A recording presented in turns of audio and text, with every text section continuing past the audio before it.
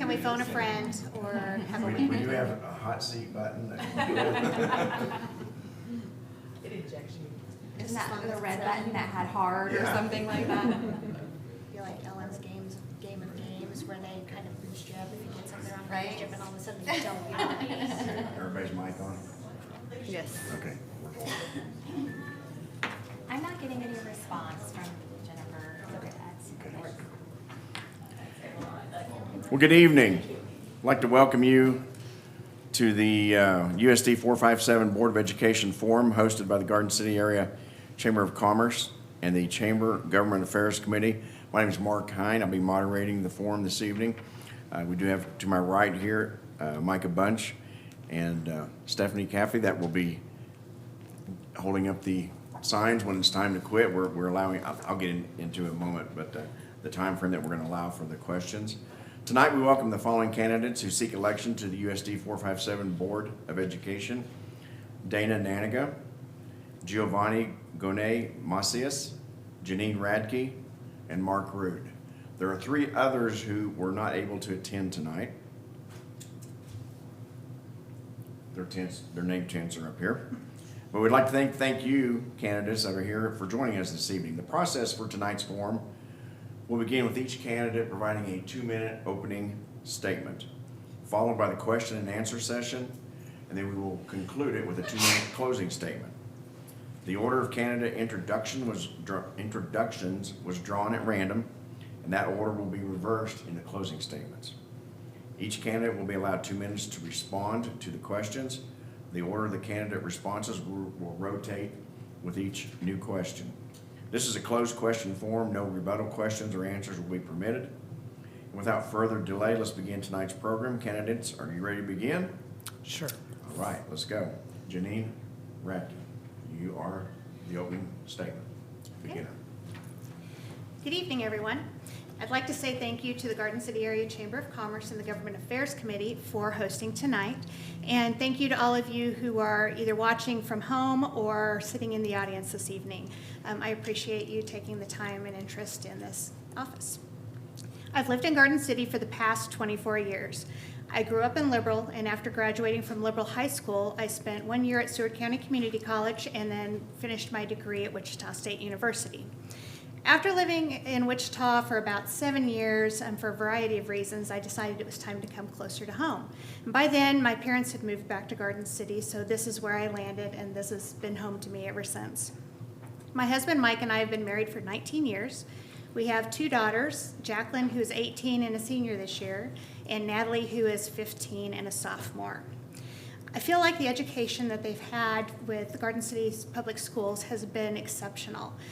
They've had a variety of activities to be involved in, from sports to debate, art club, GSA, forensics, and it's just an incredible opportunity for them to have such a diverse population of students, with having close to 49 languages is what I'd heard the other day, spoken at our school district. It's just kind of an amazing piece to have that strong of culture and different people to be around and to grow up with.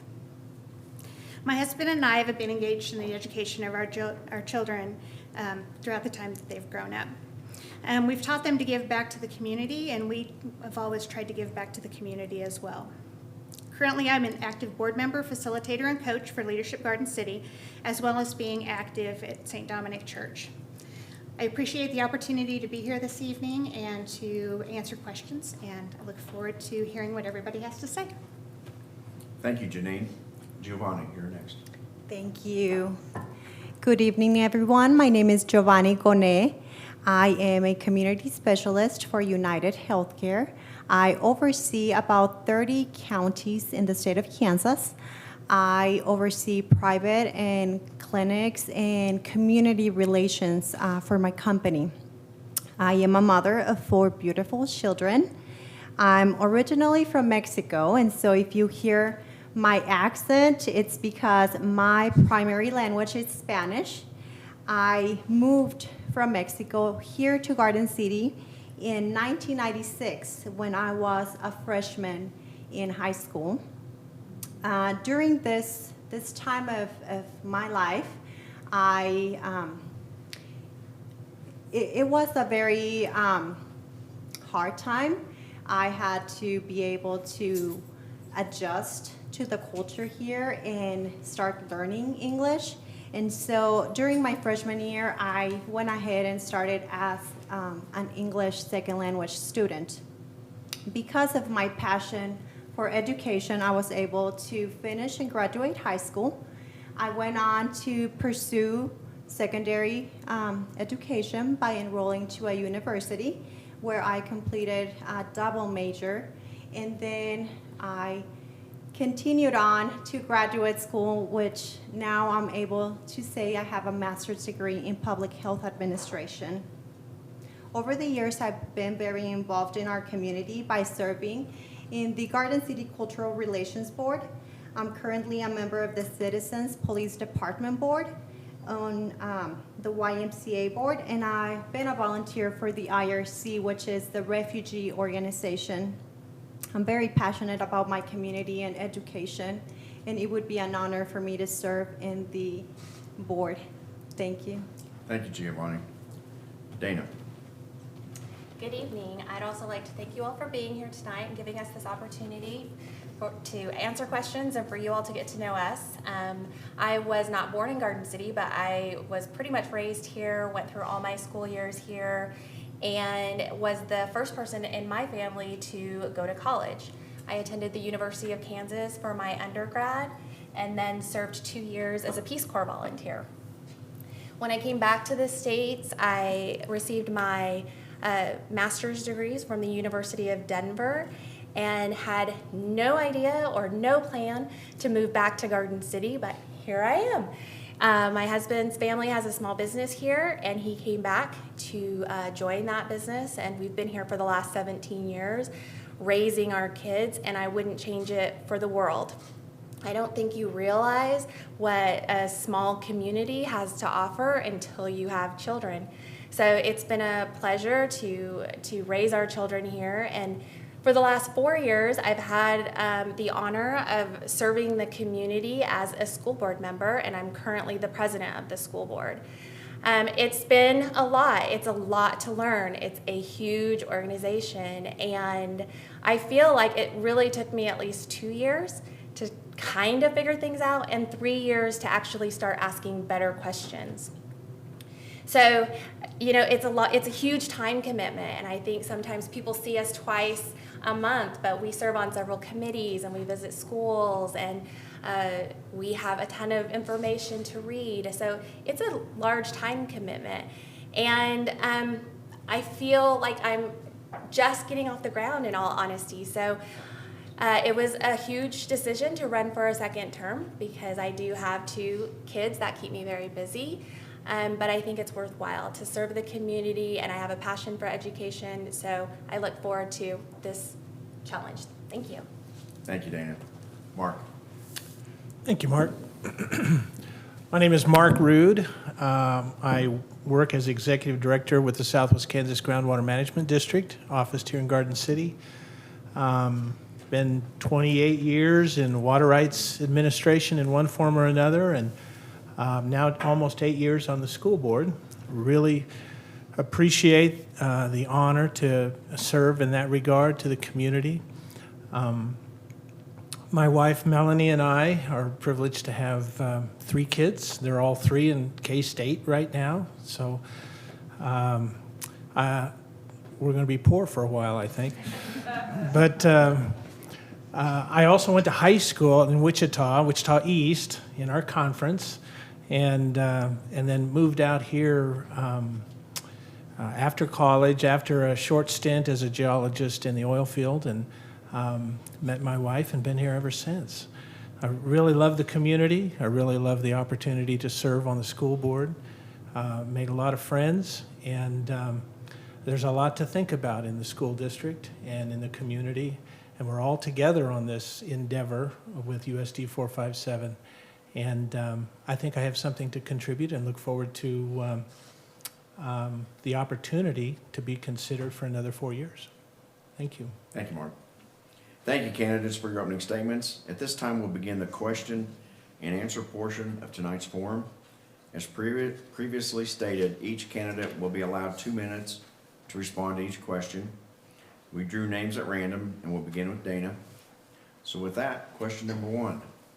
What is your vision for K through 12 education in our community?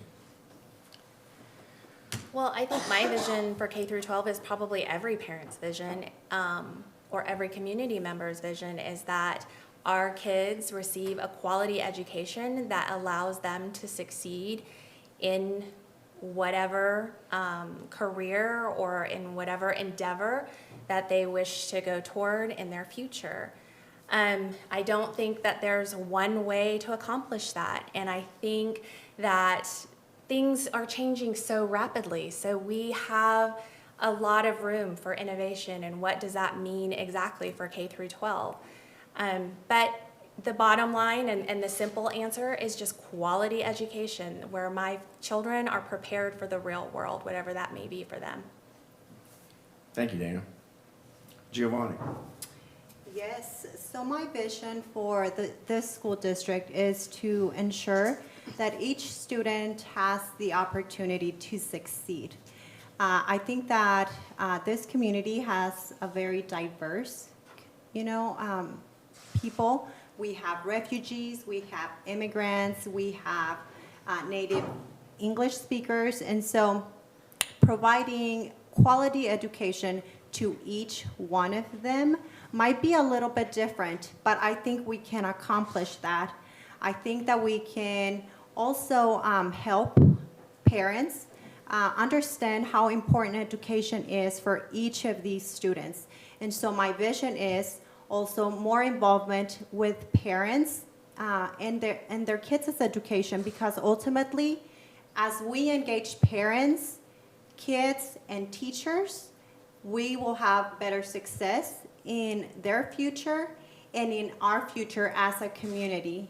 I also believe in having better teachers. And how can we have better teachers?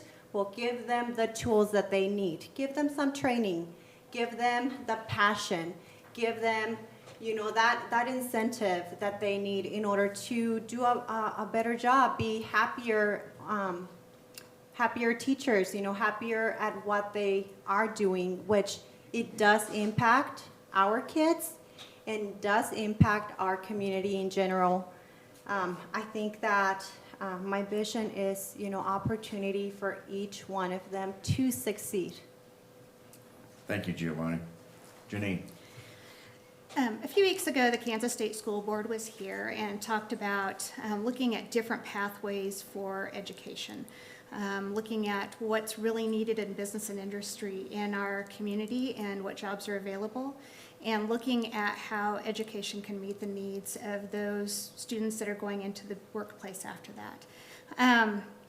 I think part of my vision includes some of that. I think we need to be looking farther toward changing some of those pathways so that those kids are ready to go into business or whatever they decide that they want to do as soon as they graduate, whether that's go off to college, being a welder or going into construction or a plumber or a doctor, or looking at what kind of education they need for the different pathways that they choose and adjusting some of those requirements accordingly.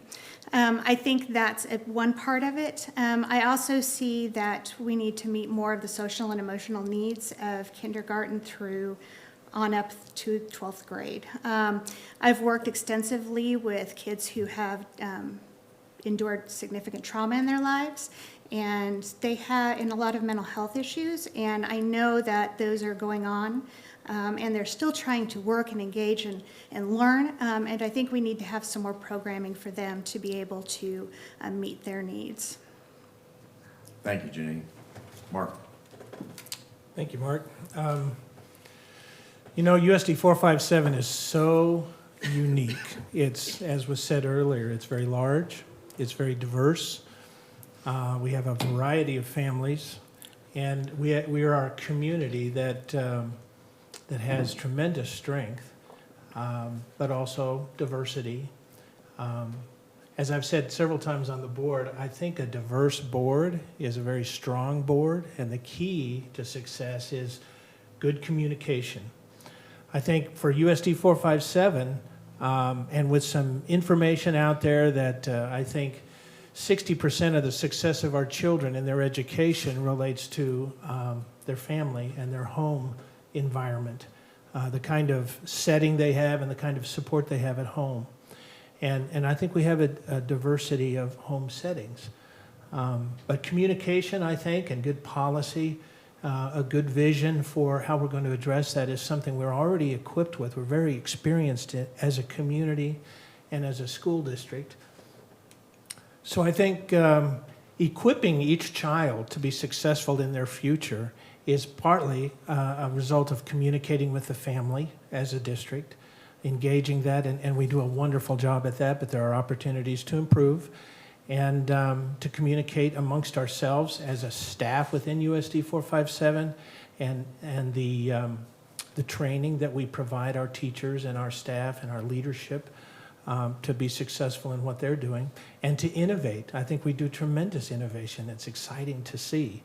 And then communicate with the community in the expense of it all. To be fiscally responsible, to look ahead. I think we do a very good job of that so that we can overcome the challenges in the funding that we get from the legislature and as a community. So I think that vision is just to communicate.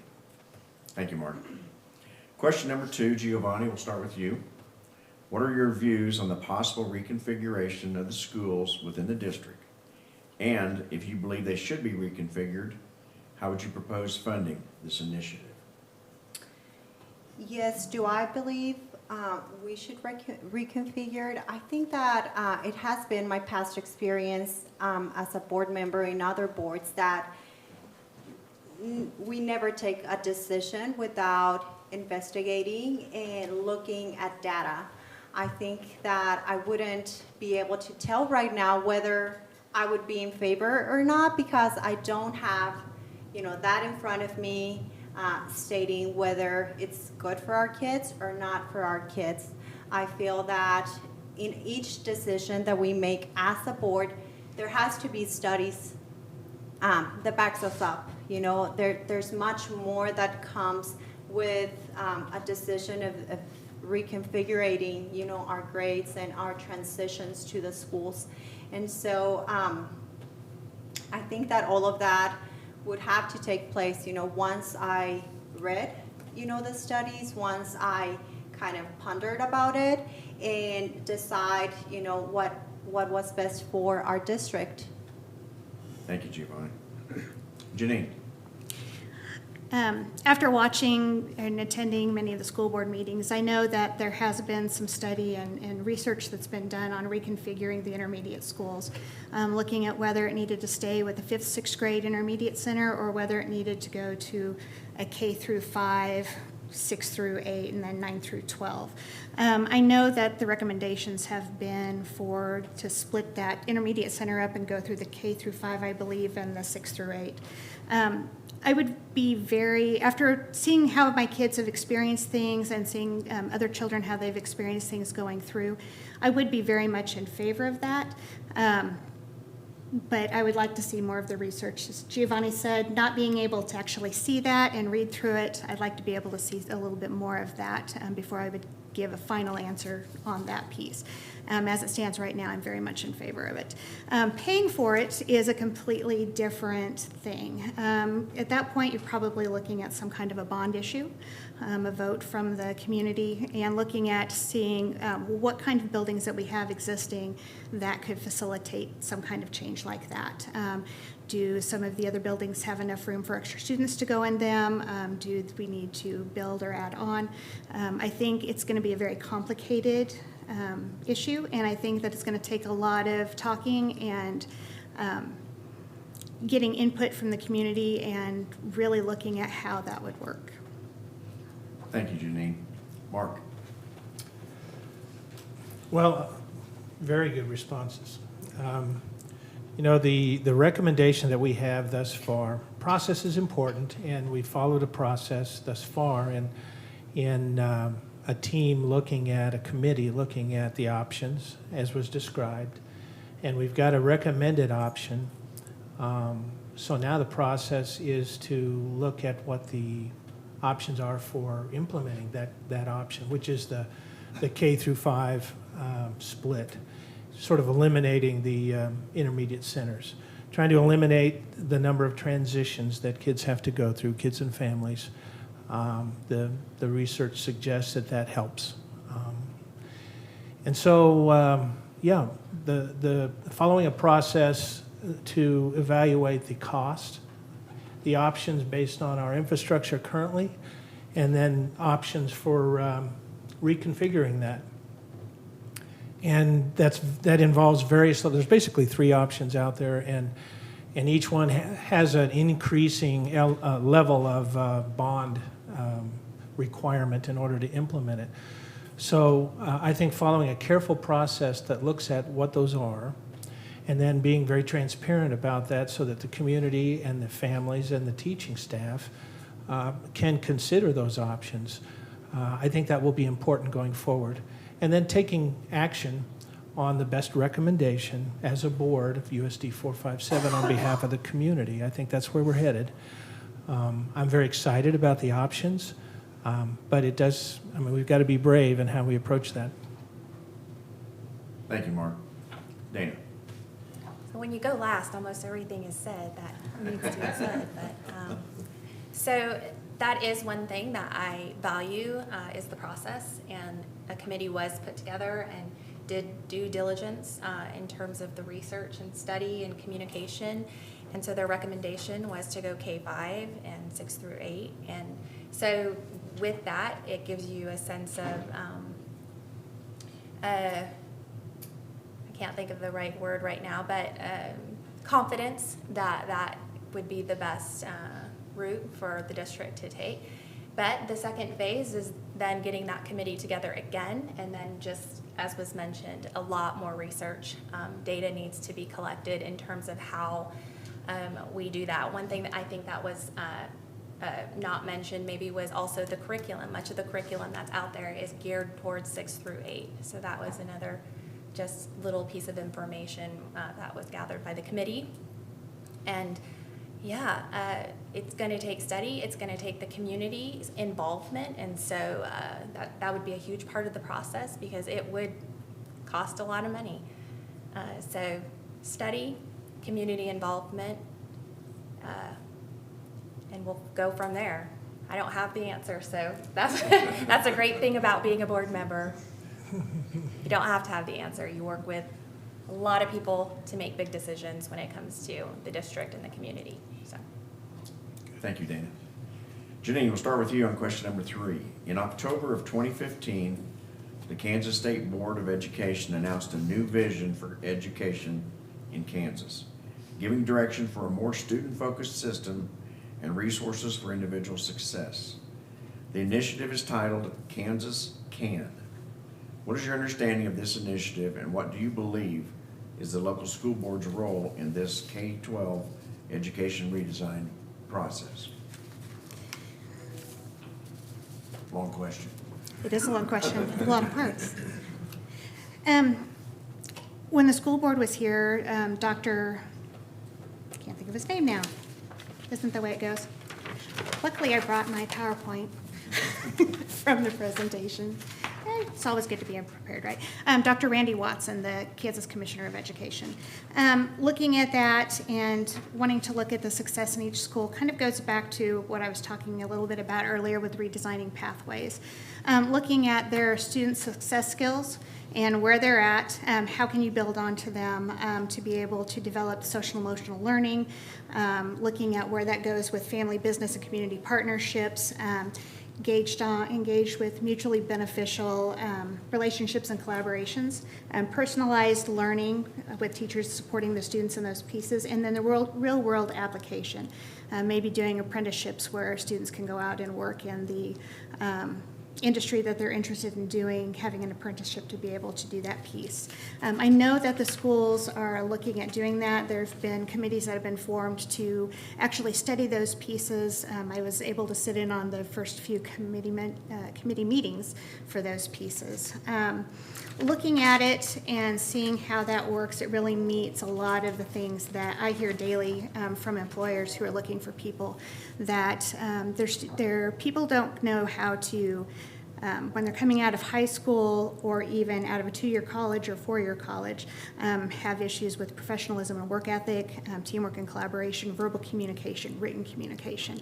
I think if we can focus on some of those and get people ready, then it'll make them much more successful in just life in general and not just business and industry. But we have to figure out ways to get students more on board with being able to go into the workforce and being successful in our communities. So I like the design. Thank you, Janine. Mark? Thank you.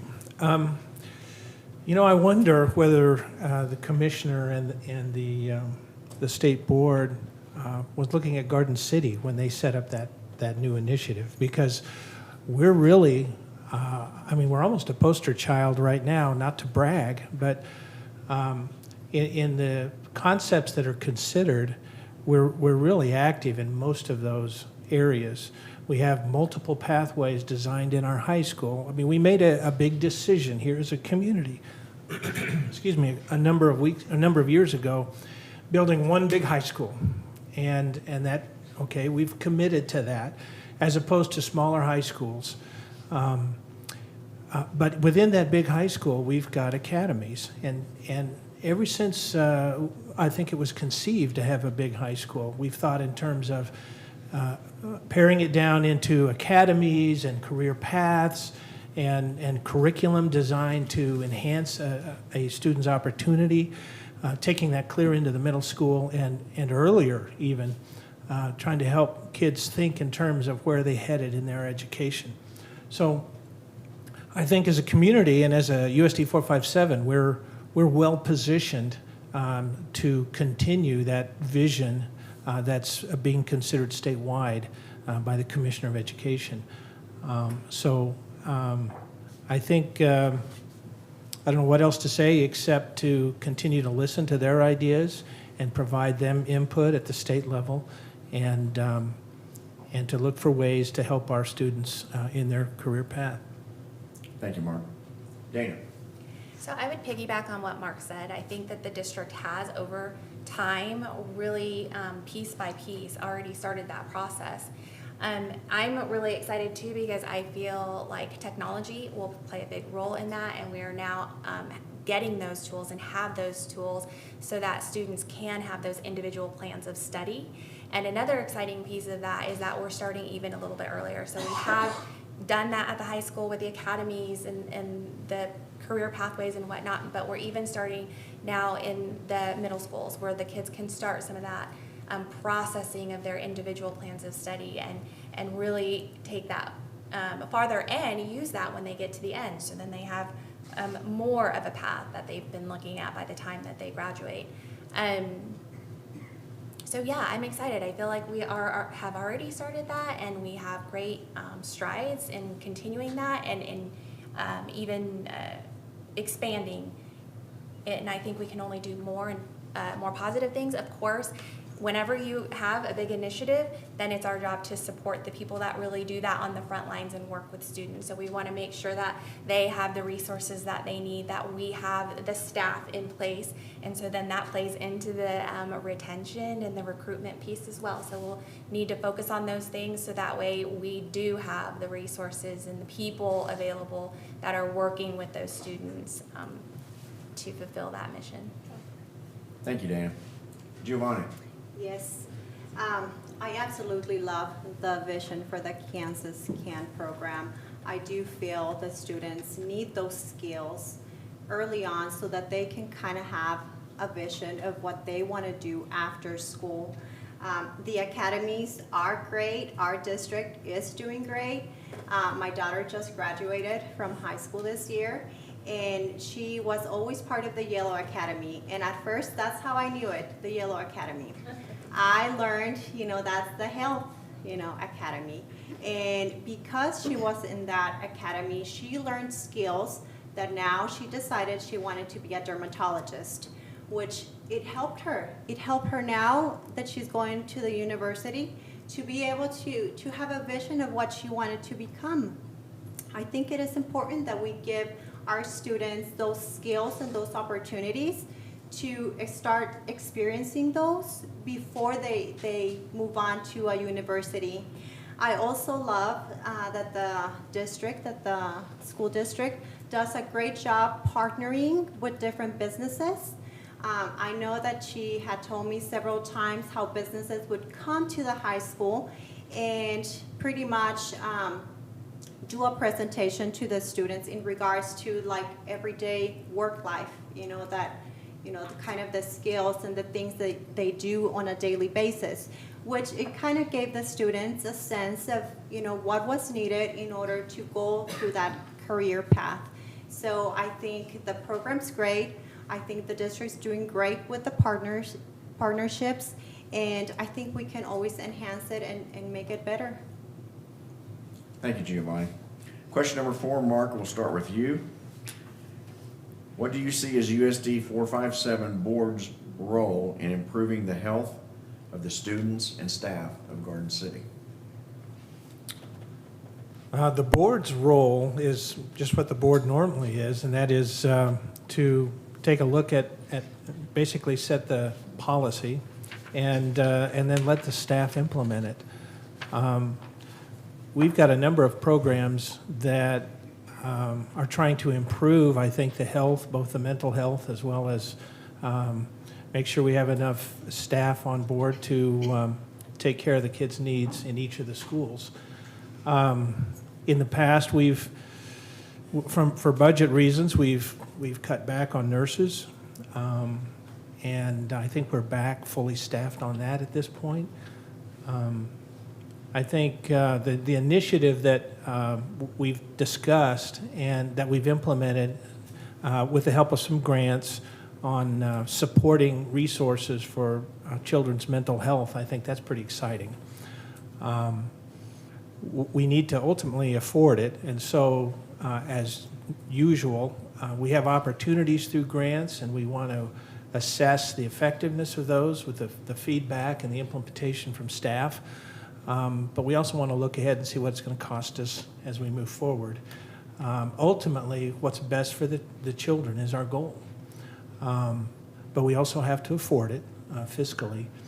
And fortunately, we're in a very good position. That's not a big concern like it has been in past years. So I think we just continue to communicate, collaborate, listen to the committees that are put together to implement our initiatives to support children's health and well-being with a mind to the home and what's going on there and the special services that might be needed for individual children. I think that's what we'll do moving forward. Thank you, Mark. Dana? The first thing that came to my mind when you said the health of the district was culture.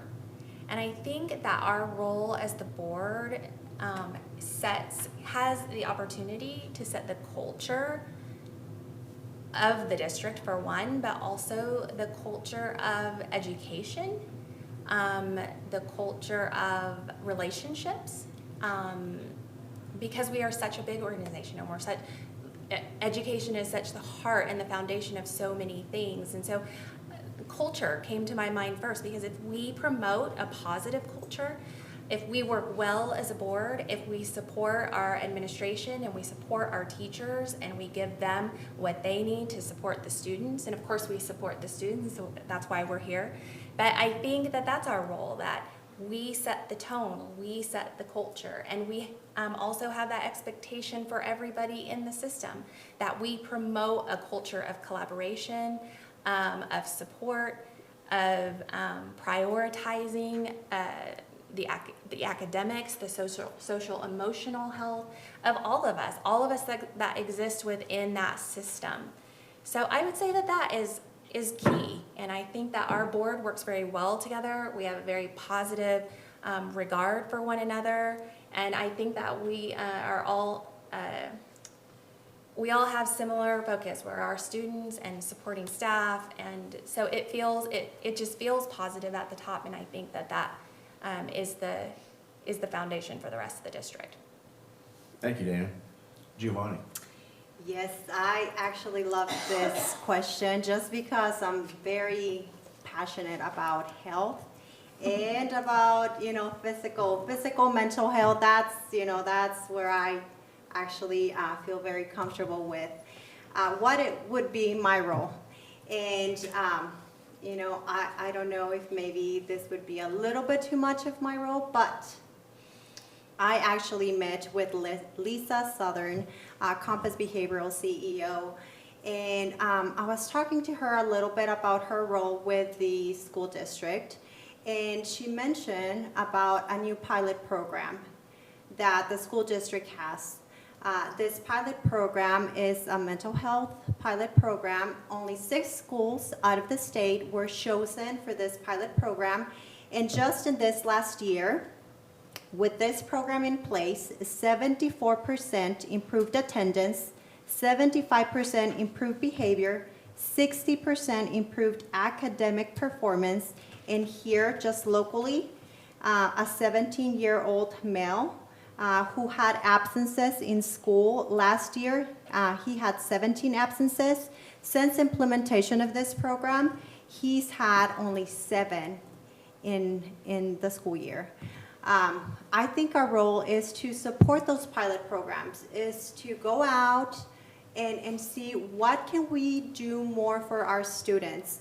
Come with innovation, come with new things. If we know that our school district is having some issues with children obesity, then let's do something. Let's find a program. Let's pilot something. Let's be innovative, I think that our role is, to look for those opportunities to help our students. Thank you, Giovanni. Janine? I knew Giovanni was going to be a tough one to follow on the health question. I agree with what everybody else has said. To this point, as far as being a school board member, the role is very different. And I realize that I have a lot to learn about what my role would be in respecting the roles of everybody else that is part of the process.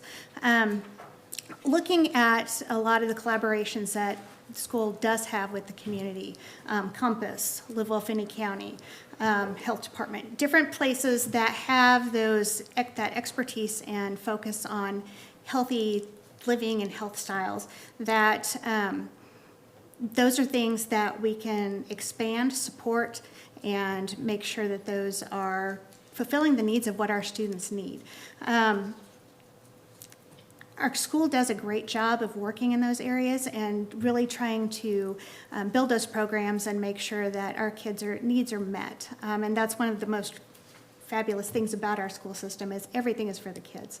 Health all the way around, from making sure that their families' needs are being met, that they have food to eat at school, that they have social emotional skills that they can go forward with. I've seen teachers stuff backpacks so that kids can be able to focus when they come into the classroom in the morning, or have food over the weekend when they didn't have anything at home and they knew they didn't.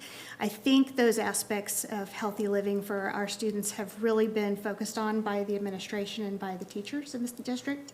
And I think that collaborations are things that can be built on. My role as a school board member would be to support those. If I have ideas for some of those things, to be able to pass them on to other administrations so that could be passed down to staff, and to be able to really look at policies and make sure that we have policies and procedures in place that really encourage healthy lifestyles and building those things within the school district. Thank you, Janine. Dana, we start with you on this question. What are your ideas on how to engage the business community to help better prepare students for the workforce? Well, I think that we've already established a lot of those relationships, which is a nice thing. That is a goal, a board priority, is to continue to establish those relationships with the community, because as I think we've mentioned on several questions throughout the evening, just the importance of that collaboration. Not only does it give our students opportunities, possibly through internships, but supporting different programs for our students to support, did I repeat that? Support them, support our students. I just think that as a community, we have to work together to educate our children. They always say it takes a village, and that's exactly what it takes. So, like I said before, everybody wins when our students have a proper education, and everybody needs to partake in that. So I think since it is a board priority, it shows that we see the importance of that and how much we need that. And so just continuing to promote that. I don't know how they do that on the ground running all the time, and I'm always amazed at about how many people come into our school district from the community and how those people on the ground level get those people involved. And I think that's one of the great benefits of being in a smaller community, is that we all tend to know our people, and those people are always more than willing to come in and offer assistance to whatever a teacher may need or a student may need. And so I think it's wonderful. Thank you, Dana. Giovanni? Yes, no, I actually believe that the school district has done a tremendous, great job in regards to partnering with different businesses within the community. I know that there has been some businesses that come to the high school and provide some information and education to students on some of the skills needed, and even demonstrate that to them. I think that the school district is just doing a tremendous job in regards to that. I would continue supporting that, I think, and continuing with those partnerships with the different businesses. Thank you, Giovanni. Janine? Could you repeat the question? What are your ideas on how to engage the business community to help better prepare students for the workforce?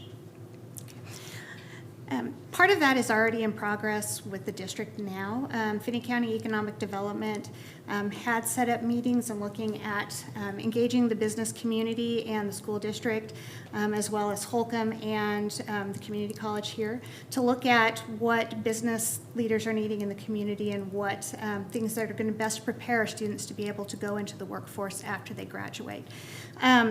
Some of those things are in place. They're engaging in those conversations. I think there is definite room to expand. I don't think that all of the people that need to be at the table are at the table right now.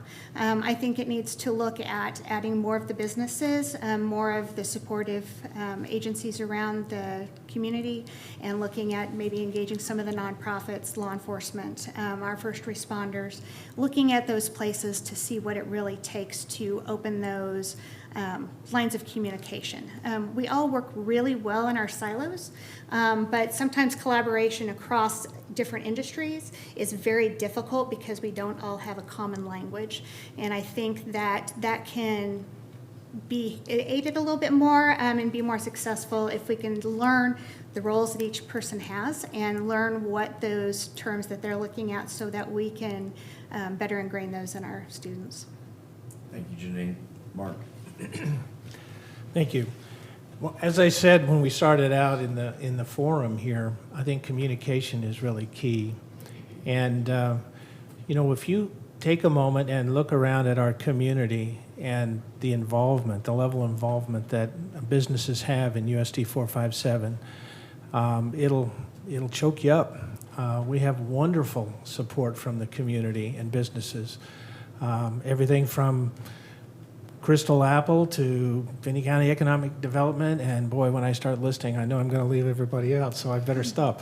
The support of the students and the student-led programs that we have in USD 457.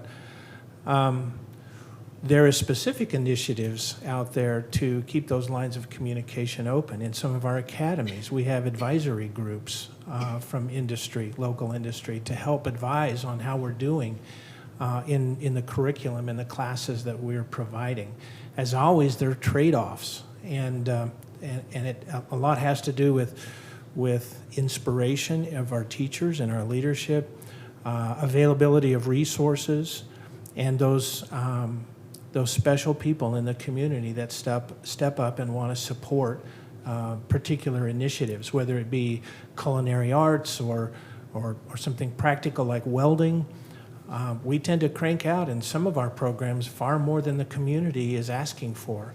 But that's a wonderful thing too, because then for instance, our buffaloes, they go out to other communities where they're short on the technical expertise or the skills that are available.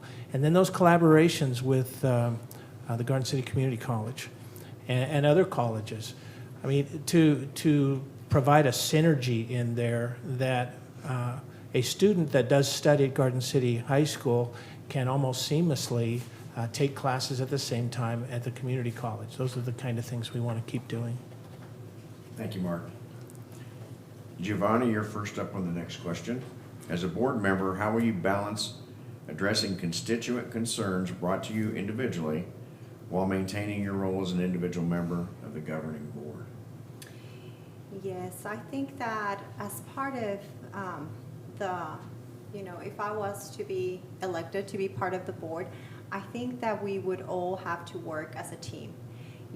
Mark has been talking about communication. I think there has to be some trust as well. There has to be some professionalism, some, ethical, being always ethical. And so I think that as individual, sometimes we have to hear those concerns, but we should always remember that regardless of where we're at, we represent, the board, the education board. And I think that it is important that we address that and that we talk to the board members, but I personally think that we should always be positive and never let our opinion or negativism affect, whatever we're telling or saying or acting. I think we should always remember, who we are representing as a board member. Thank you, Giovanni. Janine. I think it's really important that board members are available for people to give their concerns. People should come up and give feedback, whether it's positive or negative. I also think it's very important for a board member to be transparent and very open about what the role is and is not. I think a lot of times people may come up to a board member and think that they can solve something when in actuality that's not how the process goes. Mark talked about the process and looking at those things. There's a process for that. I think taking that concern back and addressing it with administration to be able to take care of that on the level that they need to. Transparency is extremely important. Integrity is important. But I think that we also need to make sure, as a board member, if I were elected a board member, I would make sure that I was out in the community a lot and people knew who I was. I think it's important for people to know who board members are and to be able to see them. I see Dana every other day now, I think, and we didn't even know each other before. But I think they need to be able to know who you are and be able to come up to you and feel comfortable talking to you. But our role is not necessarily to solve all the problems. Our role is to take it back to the person that can take care of it and carry that along appropriate channels. Thank you, Janine. Mark. Sure. Relationships really are everything, I think. And that getting back to communication, but also just character and some of the other attributes that were mentioned earlier. Respect and care, being honest and forthright. As a board member, I'm begging this question a little bit because I don't remember the question. I just remembered what I was going to say about it. whether you're in the community or you're sitting there on the board, relationships are important, and that communication with the staff, with Dr. Carlin and his outstanding leadership team, they can find information, they can find answers, but ultimately the action of the board is what matters for the community. That's where the decisions are made. So being able to express one's opinion without feeling like they're stepping on toes, to have those relationships established to where you know there's mutual respect, and that if we communicate carefully, we can at least find that point where we can agree to disagree, or we can all agree 100%. But the strength in the board for our community and our district is really in diversity, diversity of thought, talents brought to the board table, and in the intrigue and in the questioning, trying to find answers to questions, just frame really good decisions for the community. So I think those relationships and good communication are important. Thank you, Mark. Dana? So this one was one that was really hard for me. I don't know if it is the mom gene or the type A gene, I'm not sure, but I like to problem solve. If people come to me, I want to fix it. I'm a fixer. So I definitely, this was big because every other board that I had served on, I was able to do some work, some sort of work where I felt like I was part of the solution.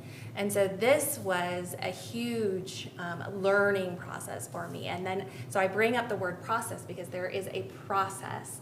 And that is something that was difficult in the beginning, and now it's my saving grace, because I think I mentioned earlier, I don't have to have the answers. That is my new response. I'm one of 7, and that is that gives me a level of comfort because I'm always open to listen. I serve you. That is my job when you elect me. I want to hear anything that you have to say.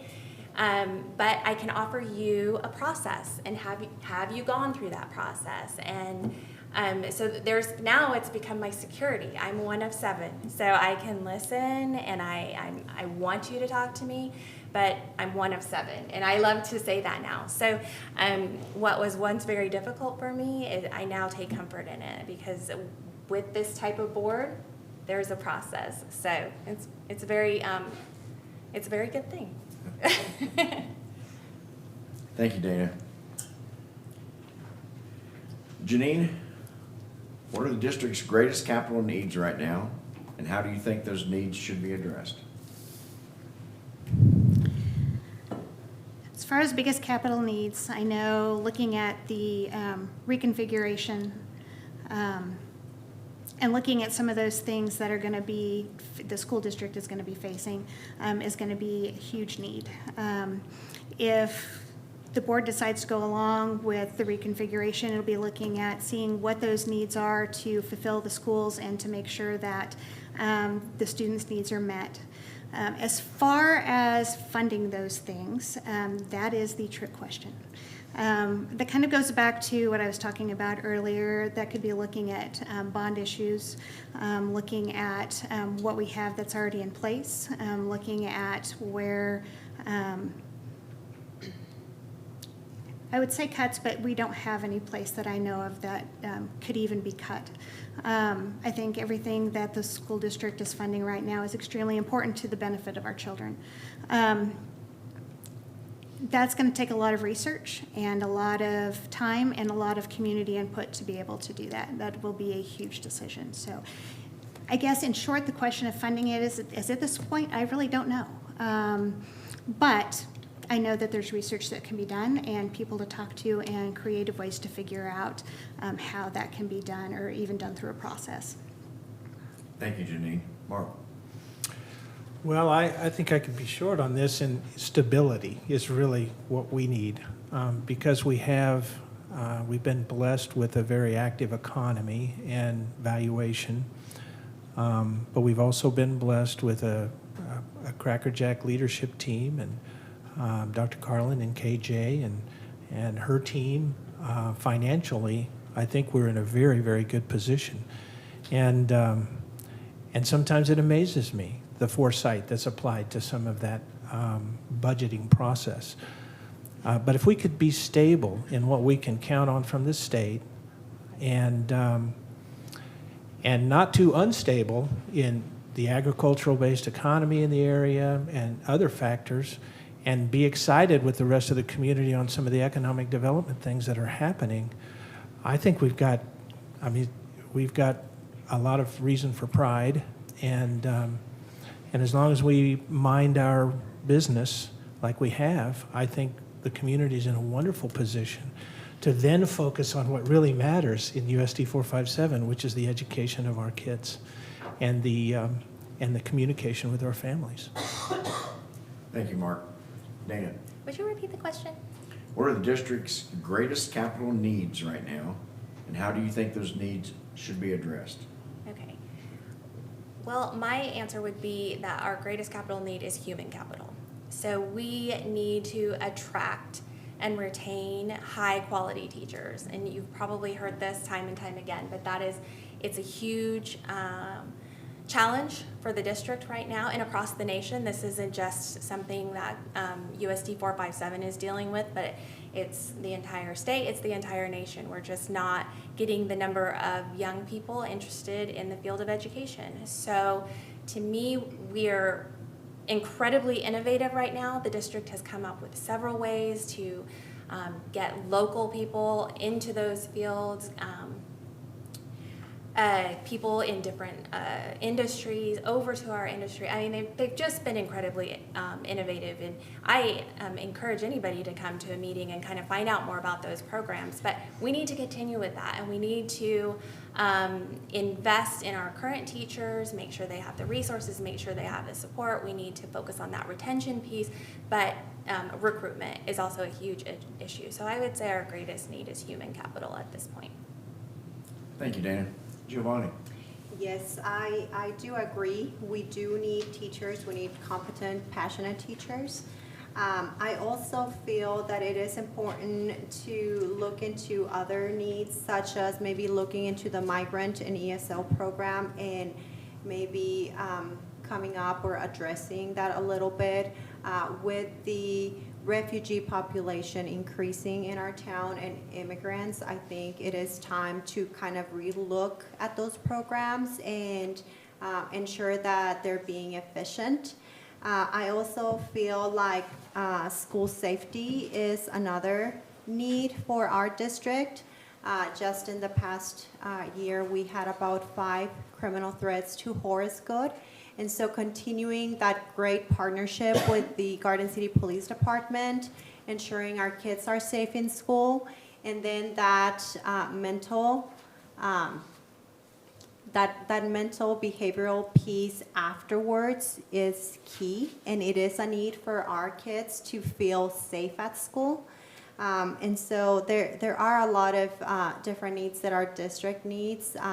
We can't accomplish all of this without pilot programs and committees looking into this and kind of, seeing how all of that works. Thank you, Giovanni. This concludes the question and answer session of tonight's forum. Candidates, we thank you for your time and willingness to be a part of this event this evening. And at this time, we will invite each candidate to provide a 2-minute closing statement. And with that, Mark, we'll start with you. Okay. Well, thank you, Mark. Again, I am very blessed to have been able to serve on the USD 457 school board for now 8 years, and I hope to be considered for another 4. My kids are all moved through and now on out of USD 457, but there's a lot of exciting things going on with the district. And that's in partnership with a lot of exciting things happening with the community of Garden City. And I would just really like to be a part of that. So I just keep it short and say I look forward to the opportunity should the voters vote me in. So thank you for this opportunity. Thank you, Mark. Dana? So I, like Mark, would just like to thank the community for the opportunity to serve for the last 4 years. It has been a tremendous learning opportunity for me. I've learned a ton. Like I said, there was a lot to learn, and there still is. But I'm really grateful that I've had this 4 years. I hope to have another 4 years because, like I said too, it's been a huge learning process, and I feel finally a little more confident, a little bit more capable of asking better questions, good questions, and so that is it's a good feeling when you feel like maybe you're doing a little bit better job than you started out doing. But I'm amongst amazing people, and I'm really encouraged by that. I've got to know Janine and Giovanni, and it feels good to be among people who care about the community, are invested in the community, and so I just appreciate the opportunity to even be up here with these people. So look forward to November, and I know that the district will be in good hands, so thank you. Thank you, Dana. Giovanni? Yes, well, I have been blessed. I was blessed to be able to come to this country and to come here to Garden City. This community gave me the tools, gave me the opportunity to not only learn English, but be able to succeed and have a family and raise my kids, to be Americans and to be bilingual as well. The reason why I'm sitting here and why I'm running is because I just want the opportunity to give back. I feel like I have some personal experience and some, personal education that allows me to maybe be that tweak of change within the board, that different view in the board that I feel will be able to make change and be a little bit better. I want to be able to help our students, to be able to be a voice to our community, and if elected, I would be honest, I'll be committed, and I'll have integrity in everything that I do. I believe in our students, I believe in our school system, and I'm proof of that. I'm passionate about education. When I was going through grad school, what a normal student would take 2 hours, to accomplish, it took me 4. And so I had to be there and passionate about what I wanted to do and what I wanted to become. And so if the community gives me this opportunity, I would definitely be passionate about it. Thank you. Thank you, Giovanni. Janine? I'll echo what Dana said, and that I feel like I'm in very good company. Although it makes it a little bit more nerve-wracking when you have so many people running for the same office. I love being able to see the passion and talk to all the different candidates and see really what their interests are and how they think about things, and really look forward to the future of the school board. That diverse ways of thinking is very important to me, because I think if we all look at things the same way, it becomes a very stagnant board and a very boring process. I think that my voice is a little bit of a different point of view based on the experiences that I've had through my work life in dealing with trauma and working with children with intellectual disabilities and people that have been on probation and through the court system and just working in different ways. I think that my voice might be able to look at things just a little bit different when looking at some of those policies, but in a positive way to do that. If I'm elected, I definitely will support the administration, but I'm not a person that's going to rubber stamp everything. I have no problem asking difficult questions and asking for more information if I need to have more information to understand things. I look forward to the opportunity to be able to serve as a school board member. Hopefully that will be over. I'm kind of at this point just really ready for November to be here because it seems like it takes forever. But, looking at that and being able to work with such incredible people that are running, I really look forward to the opportunity to serve our school district if I'm elected. Thank you, Janine. Ladies and gentlemen, this concludes tonight's program. Please join me again in thanking our candidates for their time.